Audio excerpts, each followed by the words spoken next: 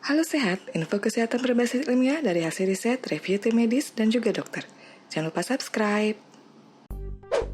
Kesemutan adalah sensasi tubuh yang dialami dalam berbagai kondisi dan seringkali terjadi pada beberapa bagian tubuh seperti kaki, tangan, dan bahkan kepala.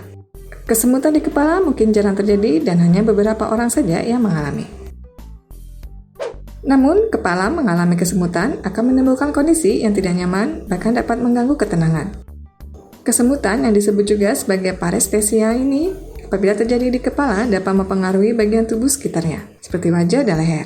Kesemutan di kepala seringkali dianggap sebagai hal yang tidak perlu dikhawatirkan karena pada umumnya dapat sembuh sendiri. Lokasi terjadinya atau munculnya gejala kesemutan diketahui dapat menjadi tolak ukur untuk mengidentifikasi penyebab dari kepala kesemutan. Jika kesemutan terjadi pada satu sisi kepala atau wajah saja, maka penyebab yang mungkin terjadi antara lain suara yang rendah, diabetes, infeksi yang mempengaruhi saraf wajah, migrain dan sakit kepala lainnya, multiple sclerosis, stres atau kecemasan.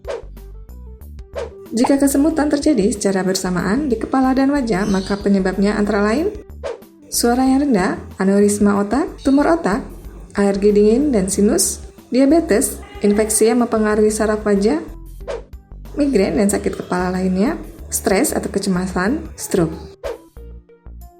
Jika kesemutan di kepala terjadi secara bersamaan dengan kesemutan di leher, maka penyebabnya mungkin antara lain radang sendi, migrain dan sakit kepala lainnya, stres atau kecemasan, pusing.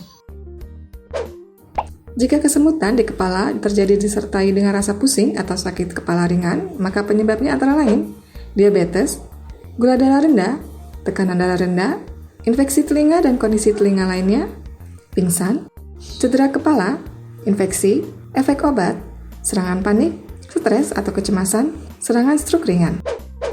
Adapun penyebab kesemutan di kepala lainnya yang perlu diwaspadai karena berbahaya meskipun jarang terjadi yaitu tumor otak, postur tubuh yang buruk, atau memberi tekanan pada leher atau kepala, hipotiroidisme, kekurangan vitamin B12, ketidakseimbangan elektrolit, tekanan darah tinggi, dan kondisi kulit seperti eksim. Kesemutan di kepala jika terjadi sesekali umumnya tidak mengharuskan seseorang untuk memeriksakan diri ke dokter. Mengingat kesemutan di kepala juga dapat sembuh atau hilang dengan sendirinya tanpa memerlukan pengobatan khusus. Berbahaya atau tidaknya kesemutan di kepala dapat didasarkan pada gejala dan penyebabnya. Kesemutan umumnya bisa dikatakan tidak berbahaya jika hanya sesekali terjadi dan kemudian hilang sendiri tanpa diobati. Sedangkan kesemutan di kepala dapat dikatakan berbahaya jika menunjukkan gejala kesemutan yang terjadi pada kepala dan salah satu sisi wajah, karena hal tersebut dapat menjadi pertanda stroke. Oleh karena itu, jika penyebab kesemutan di kepala adalah stroke atau penyakit lainnya, maka kesemutan di kepala dapat dikatakan berbahaya dan harus segera mendapatkan perawatan khusus. Kesemutan di kepala mungkin tidak bisa dicegah, namun resiko terjadinya dapat diperkecil.